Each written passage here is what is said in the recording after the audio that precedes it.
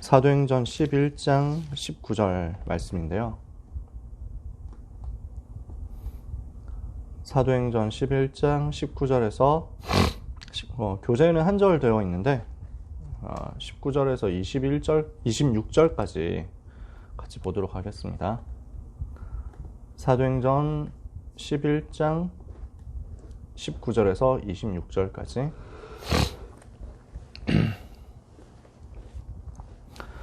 찾으셨으면 다 같이 읽도록 하겠습니다.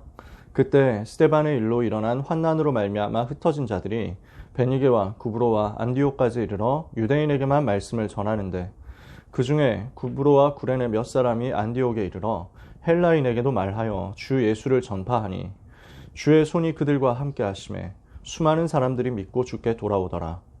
예루살렘 교회가 이 사람들의 소문을 듣고 바나바를 안디옥까지 보내니 그가 이르러 하나님의 은혜를 보고 기뻐하여 모든 사람에게 굳건한 마음으로 주와 함께 머물러 있으라 권하니 바나바는 착한 사람이요 성령과 믿음이 충만한 사람이라 이에 큰 무리가 주께 더하여지더라.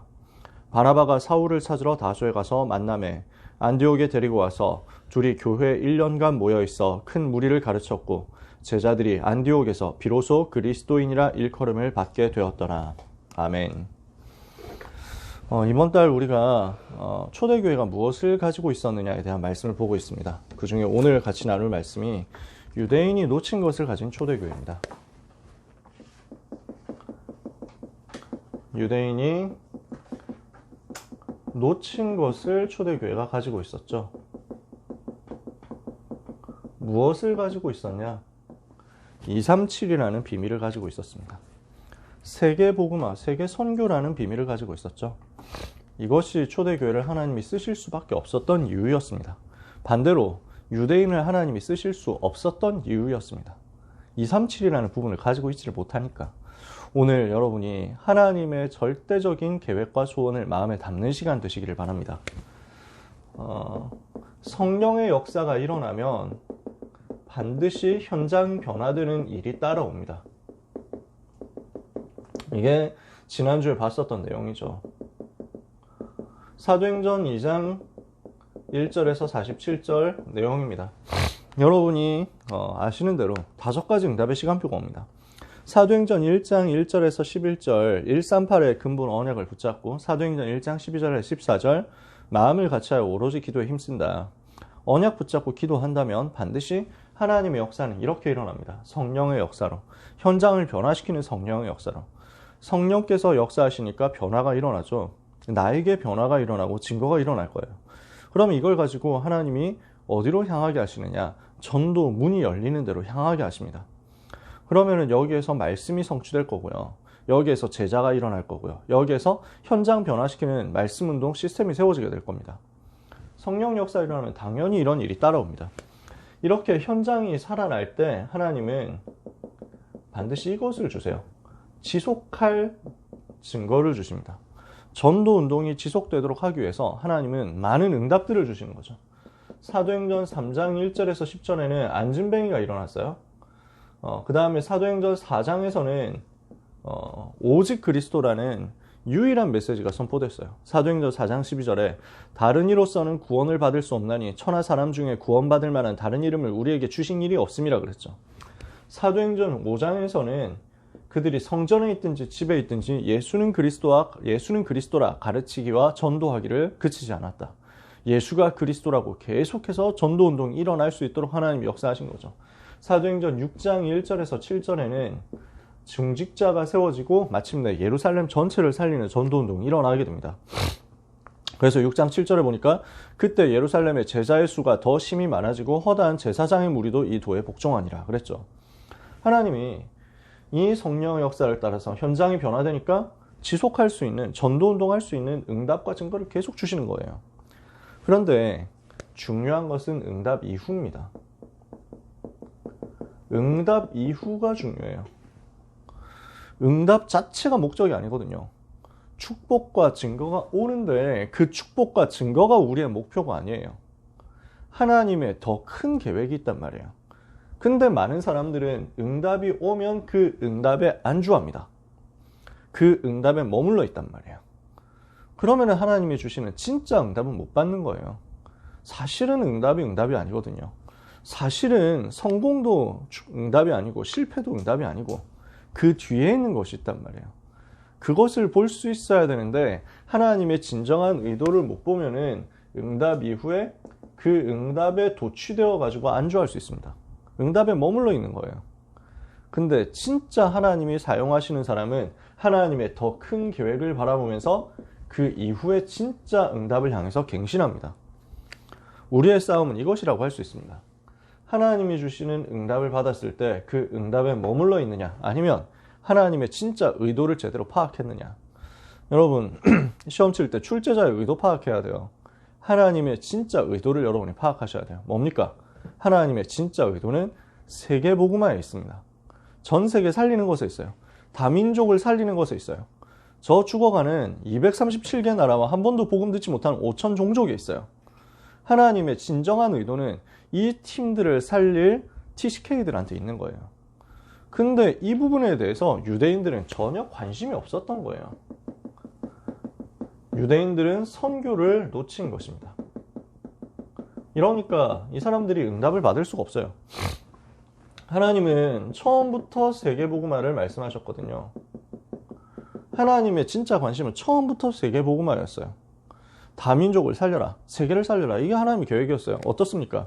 창세기 1장 27절에 하나님이 자기 형상, 곧 하나님의 형상대로 사람을 창조하시되 남자와 여자를 창조하셨는데, 그때 하나님이 그들에게 복을 주시며 하나님이 그들에게 이르시되 생육하고 번성하고 땅을 충만하고 땅을 정복하고 공중에서 바다의 고기와 땅에 움직이는 모든 것을 다스리게 하셨죠.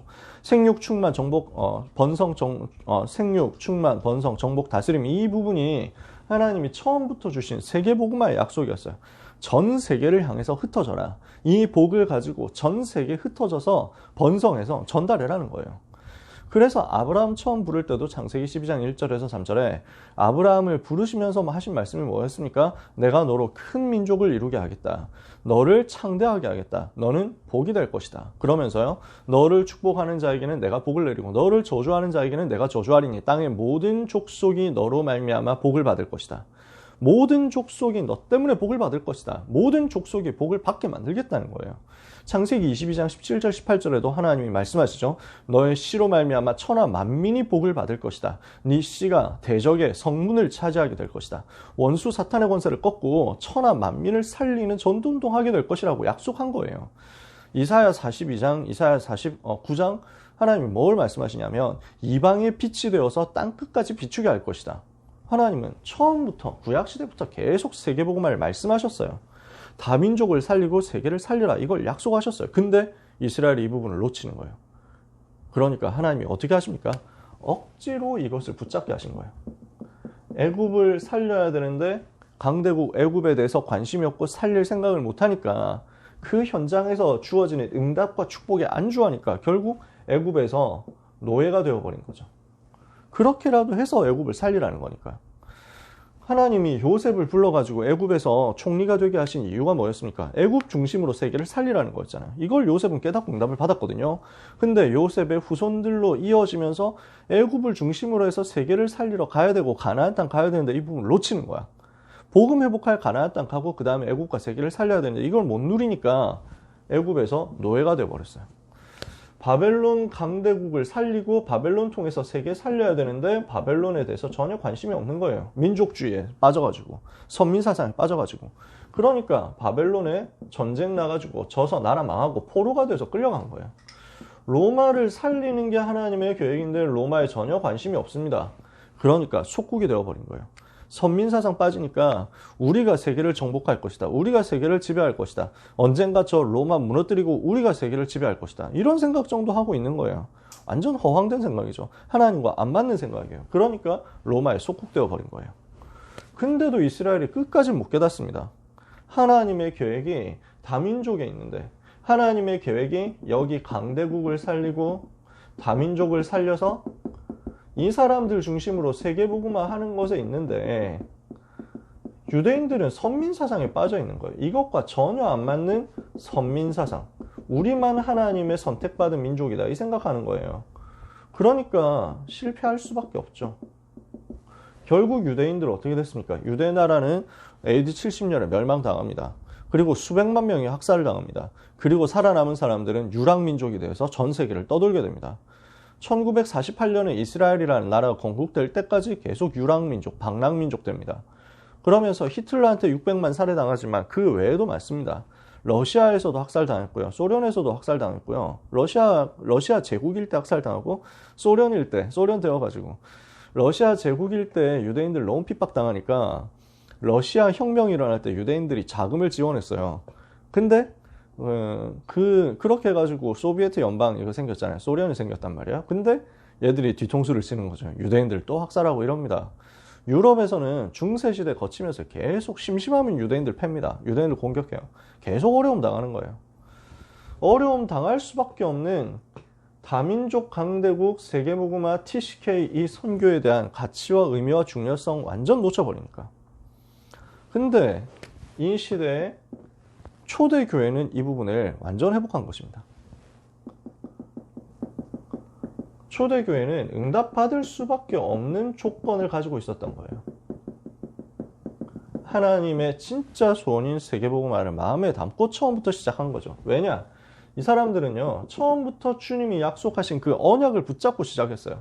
예수님이 뭘 말씀하셨습니까? 마태복음 24장 14절에 이 천국 복음이 모든 민족에게 증거되기 위하여 온 세상에 전파되리니 그제야 끝이 오리라. 마태복음 28장 18절에서는 너희는 하늘과 땅의 모든 권세를 내게 주셨으니 그러므로 너희는 가서 모든 민족을 제자로 삼아 아버지와 아들과 성령의 이름으로 세례를 주고 내가 너에게 분부한 모든 것을 가르쳐 지키게 해라. 마가복음 16장에서는 너희는 온 천하에 다니며 만민에게 복음을 전파해라. 사도행전 1장 8절에는 땅 끝까지 이르러 내 증인이 되리라. 그러니까 초대교회는 처음부터 이 약속을 주신 거예요. 이 약속을 초대교회는 붙잡고 시작한 것입니다. 그러니까 이 언약을 미리 붙잡은 초대교회는 바로 선교의 문이 열리기 시작하죠. 제일 처음부터 열리는 것이 사도행전 2장 9절에서 11절 15개 나라의 전도 문이 열린 것입니다. 중요한 15개 유대 주변에 있는 이스라엘 주변에 있는 그 나라들의 전도의 문이 열리고요. 사도행전 8장에서는 에티오피아의 문이 열리죠. 에티오피아 내시 빌립이 가가지고 예배에 실패하고 돌아오는 에티오피아 내시를 만난 겁니다. 에티오피아 여왕 간다게의 국고를 맡은 중요한 임무를 가진 내시, 이 사람이 예배하러 왔다가 돌아가는데 갈급한 상태로 성경 읽고 있잖아요. 빌립이 여기에 가서 복음을 전하죠.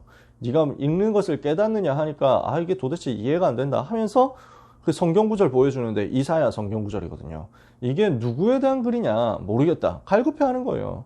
이 사람이 누군지 좀 알았으면 좋겠다. 그분이 바로 메시아, 그리스도다. 이 사실을 전달하는 거죠. 그래서 이 사람이 거기서 바로 세례받고 복음받고 여기서 그 하나님 자녀 돼가지고 돌아가는데 에티오피아와 아프리카 살릴 문이 열렸어요. 에티오피아 이 나라가 지금까지도 있는 나라 아닙니까? 그때도 있었는데 지금도 있어요. 이 나라가 지금도 기독교 국가입니다. 2000년 동안 지속될 전도 문이, 선교 문이 열린 거예요. 사도행전 10장에서는 이방인들 중에서 중요한 사명자, 로마 살릴 다민족 사명자 고넬료라는 사람이 복음을 받게 되고요. 로마 군인이죠. 이 사람 복음 받습니다. 사도행전 11장 19절에는 다민족들이 모여 있었던 안디옥을 살릴 흩어진 자들이 모인 겁니다. 오늘 읽은 본문이죠. 여기에서 흩어진 자들이 모여가지고 헬라인에게도 복음을 전파하면서 이방인 살리는 역사가 일어났어요. 그래서 결국 어떻게 됩니까? 사도행전 13장 1절에 다민족 제자 핵심 요원들이 생겨나요. 사도행전 13장에 보니까 안디옥 교회에 선지자들과 교사들이 있는데 바나바와 니게르라 하는 시므온과 구레네 사람 루기오와 분봉왕 헤롯의 젖동생 마나엔과 및 사울이라 그랬죠. 자, 바나바는 예수님의 제자 출신입니다. 아마도 70인 제자 출신이었을 거예요. 그 다음에 니게르라는 시므온이 나옵니다. 니게르, 얼굴이 검다라는 말이니까. 그래서 진짜 흑인이었는지 아니면 그냥 검기만 했는지 알 수가 없습니다. 만약에 흑인이다 이러면 굉장했겠죠. 그 다음에 구레네 사람 루기오와, 그러니까 이 구레네, 키레나이카라는 지방 사람이에요. 여기는 아프리카거든요. 그 다음에 분봉왕 헤롯의 젖동생 마나엔, 그러니까 헤롯은 왕이잖아요. 왕. 그 왕의 가문의 젖동생이었으니까 유모를 같이 하는 사람이었습니다. 유모, 같은 유모 아래서 자란 사람. 그럼 굉장히 귀족이었겠죠. 그리고 사울이에요. 사울은 누굽니까? 바울, 그 사람 아닙니까? 유대인 율법학자, 완전 그 정통파 바리새인 출신으로서 복음받고 완전히 변화된 사람. 초엘리트, 이 사람이에요. 그러니까 출신 성분이 너무 다양해요. 그러면서 민족도 인종도 다양해요. 근데 세계복음화 하도록 한 팀이 된 거예요. 하나님이 원하시는 팀이 된 거죠. 그러니까 하나님이 여기 초대교회의 모든 축복을 몰아갈 수밖에 없는 거예요. 하나님이 원하시는 것을 제대로 깨달았으니까.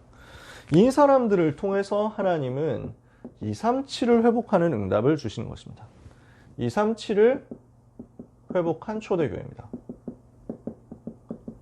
물론 초대교회 당시에는 나라가 237개 있지는 않았습니다. 몇십 개 정도 있었겠죠. 지금 시대에도 237개 나라라고 하는데 딱 237 나라는 아니에요. 구글에 검색해보면은 뭐 200개 안팎 이렇게 됩니다. 근데 왜 237개 나라냐? 그건 저도 잘 모르겠어요. 그래서 그 독립하지 않은 나라, 미승인 국가 뭐 이런 나라까지 다 합하면은 237개 나라가 돼요. 뭐 만들 수 있어요. 237 나라를.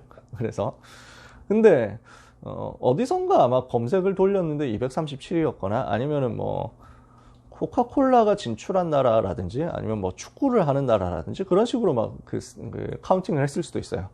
그러니까 영국을 유나이티드 킹덤이라고 안 보고 그 잉글랜드하고 웨일즈하고 저기 누구야 그 노스 아일랜드하고 이거 따로 다 그 카운팅을 하고 이러면은 또 스코틀랜드하고 이렇게 카운팅을 하면은 237 이렇게 될 거예요. 중요한 건 뭐냐면은 210개냐 237이냐 236이냐 뭐 중요하지 않습니다. 세계복음화라는 것을 아주 구체적으로 생각하고 기도하고 있다는 것이 중요합니다. 그래서 초대교회는 세계복음화를 두고 아주 구체적으로 카운팅하고 생각하고 기도하고 도전한 거예요. 그러니까 사도행전 2장을 기록한 사람이 누가잖아요. 누가는 누굽니까? 바울의 제자잖아요. 바울의 제자였던 누가가 사도행전 2장을 기록하면서 15개 나라 이름을 다 썼다니까요. 이유가 뭐냐? 그 15개 나라에 대한 하나님의 관심을 눈치를 챘기 때문이죠. 하나님이 아시는 거예요. 그러니까 여기에 역사할 수밖에 없는 거예요.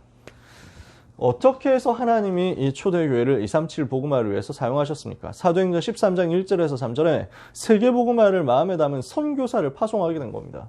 사도행전 13장 1절에서 3절에 선교사를 파송하는데 여기에서 구브로와 갈라디아 땅으로 다니면서 전도운동 하죠. 한 번도 복음 듣지 못한 현장을 개척하러 들어가는 거예요.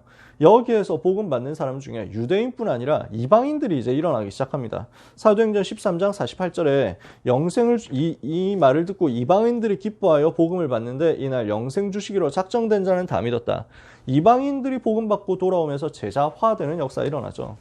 사도행전 16장 6절에서 10절에 이 복음이 확산되는데 마게도냐의 문이 열립니다. 그래서 2차 전도 여행 때는 마게도냐뿐만 아니라 아카이아 지방까지 들어가게 돼요. 아가야 지방까지 들어가게 됩니다. 그래서 유럽으로 선교의 운동이 확산되죠. 사도행전 19장 1절에서 7절에는 아시아 살릴 사명자들이 나옵니다. 에베소 지역을 살리는 사명자들이 나오는 거죠. 이 사람들이 복음을 받습니다. 이렇게 해서 바울이 1차 선교여행 사도행전 13장 14장, 2차 선교여행 사도행전 16장 17장 18장, 3차 선교여행 사도행전 19장 20장 이렇게 돌면서요. 구브로와 구브로와 갈라디아 지방 여기 다닙니다. 1차 전도여행 때. 그래서 구브로 다니고 그 다음에 비시디아 안디옥 들어가고 이고니온 들어가고 루스드라 들어가고 더베 들어갑니다. 1차 전도여행 때 중요한 도시 여기에요. 그 다음에 2차 전도여행 때 마게도니아 지방 다니면서 빌립보 들어가죠. 그 다음에 데살로니가 들어가죠. 베레아 들어가죠. 아덴 들어가죠. 고린도 들어갑니다. 마게도니아 아가야 지방의 중요한 도시들이었습니다. 사도행전 19장에는 에베소를 들어가죠. 그 다음에 에베소 들어가고 그 다음에 2차 전도여행 때 했던 지역들 다 돌고요.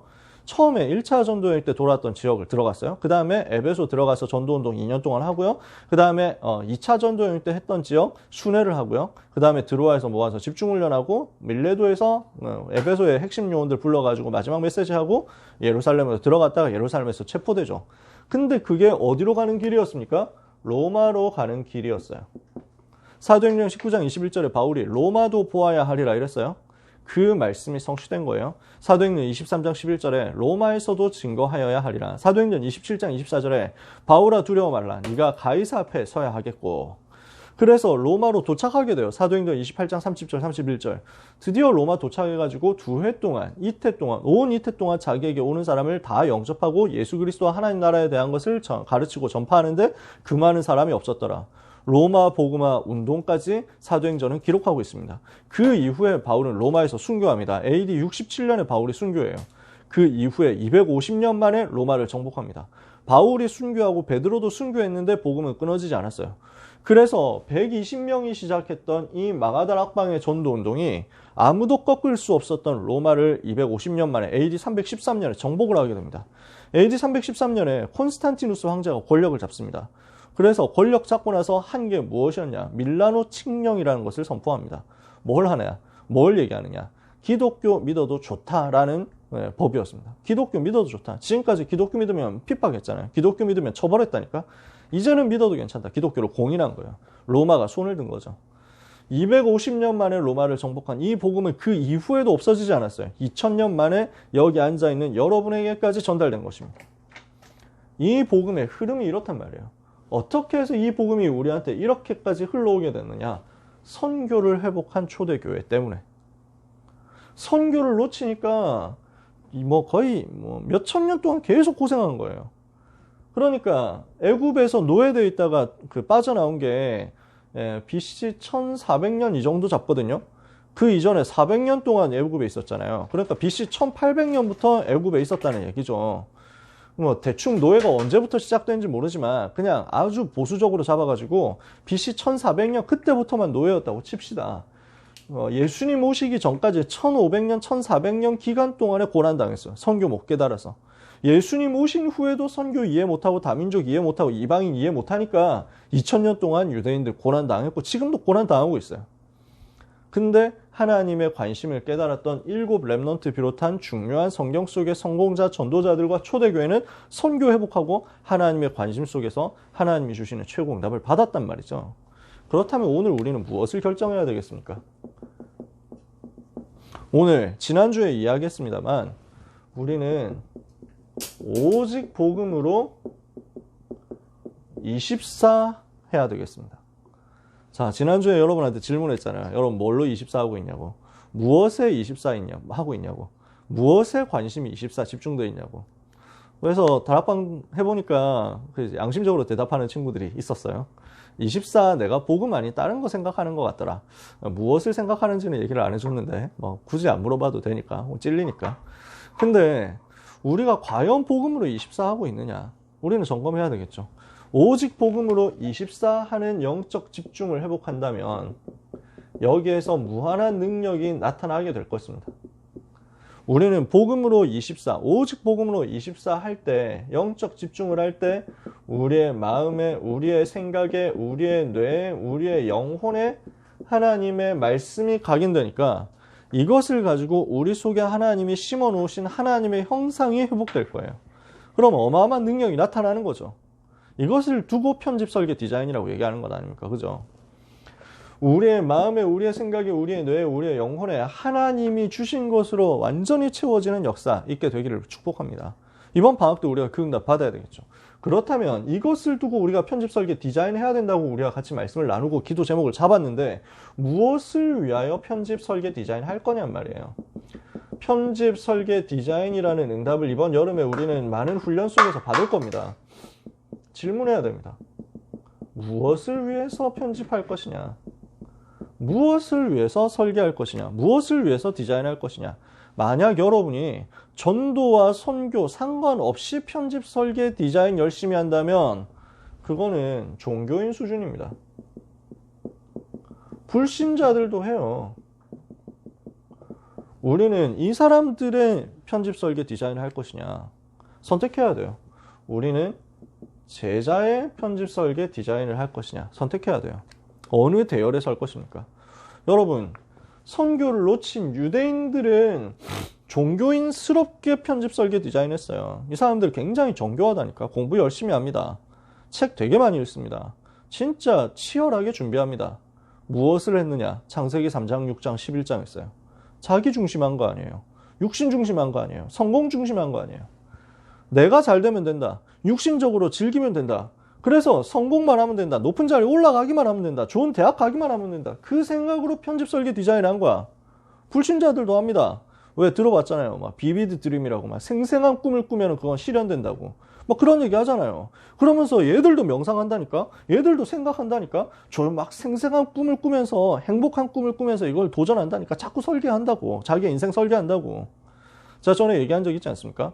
일본에서 제일 부자가 그 유니클로 회장이랑 소프트뱅크 회장인데, 이 소프트뱅크 회장이 손정이라고, 손마사요시라고 제일교포 출신이죠. 이 사람 굉장히 똑똑한 사람이거든요. 저는 이 사람 굉장히 흥미있게 봅니다. 재밌어요.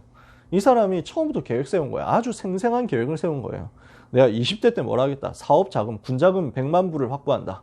그리고 30대 때 뭐 하는데 사업을 크게 일으킨다. 40대 때 완전히 장을 만들겠다. 완전히 현장을 휘어잡겠다. 플랫폼을 장악하겠다. 50대 때 이 사업을 가지고 이제 후대에게 물려줄 수 있도록 준비해서 60대 이후에는 300년 지속할 회사를 만들겠다. 이게 손정희 회장의 그 인생 플랜이었어요. 20살에 이거 계획 세웠어요. 20대. 그래서 이 사람 인생 보면 되게 재밌거든요. 진짜 웃겨요. 자기가 일본에서 공부해봐야 소용없다. 자, 이 사람 생각이 일본에서 공부하는 거, 일본 엘리트 되는 게 중요하지 않다. 나는 세계를 봐야 되겠다 해가지고 그냥 미국으로 갑니다. 영어를 못해. 근데 미국의 명문대학인 버클리에 그 지원을 해요. 그래서 영어를 못하는데 버클리 신청한 다음에 무슨 얘기를 하냐면 입시 관계자한테 당신들이 대학 입시를 하는 것은 영어 잘하는 사람 뽑는 게 목표가 아니지 않냐. 진짜 공부를 할 사람 뽑는 게 목표 아니냐. 그러니까 언어가 중요한 게 아니라 공부할 실력이 되고 수준이 되고 상태가 되느냐가 목표인데 나는 그 상태가 된다. 그래서 나는 영어를 못할 뿐이지 공부를 다 할 수 있다. 일본어로 시험을 번역해서 내면은 반드시 합격한다. 이렇게 한 거야. 이 사람들이 거기에 넘어간 거야. 그래서 일본어로 시험을 만들어준 거야. 거기 합격해가지고 버클리를 졸업한 거야. 나중엔 영어를 배웠겠지.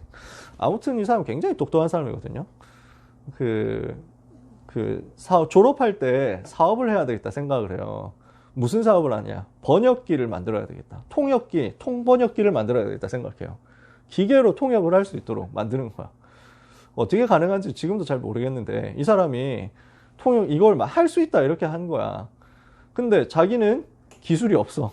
그러니까 기술자를 찾아가서 자기 아이디어를 얘기해가지고 영업을 해서 이 기술자가 감동받고 그 기계를 만들어내. 그러면 이 기술자가 감동받고 만들어낸 기계를 가지고 가서 샤프라는 회사에 100만 달러를 받고 팝니다. 자기는 그렇게 해요. 그래서 그거 가지고 사업을 시작해요.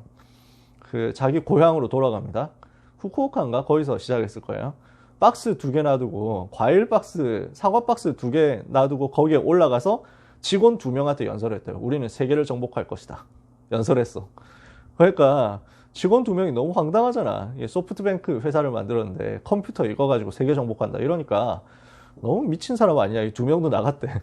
근데 나중에 이 사람은 결국 진짜 세계를 정복한 거예요. 어마어마한 일들을 많이 했어요. 근데 불신자야. 굉장히 똑똑한 사람이고 이런저런 사업 많이 해요. 불신자야. 그 사람도 계획 세웁니다.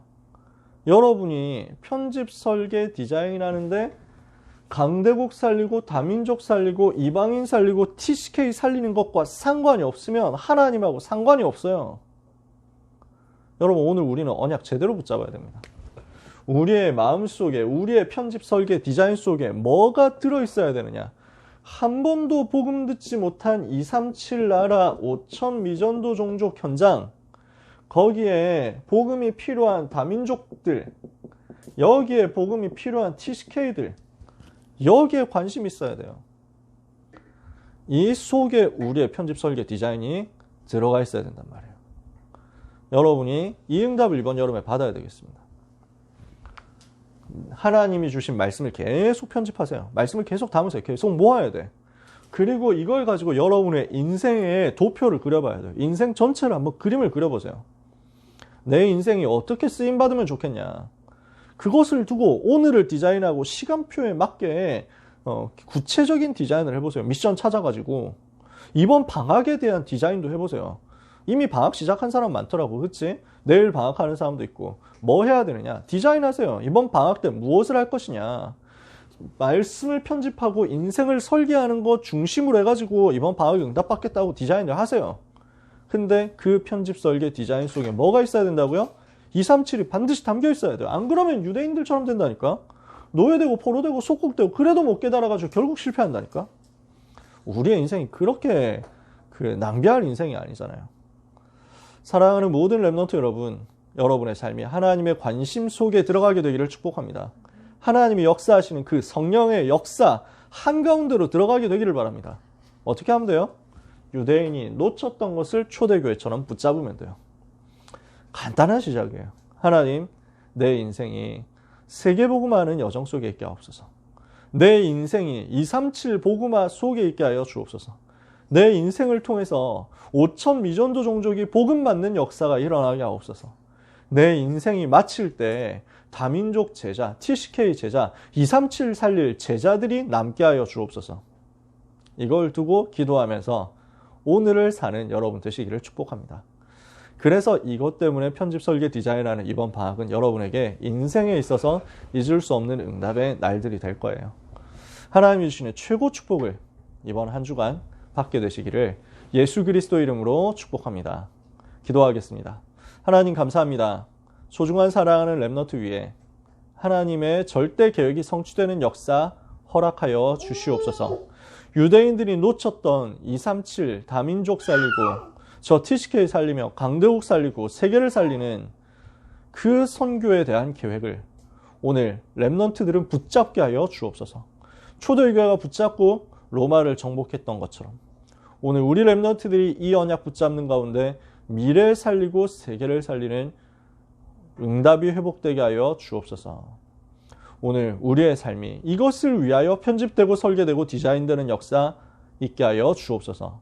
한 주간을 이 일 때문에 우리 주님이 렘넌트 개인에게 직접적으로 개입하시며 역사하시는 응답이 있게 하여 주옵소서.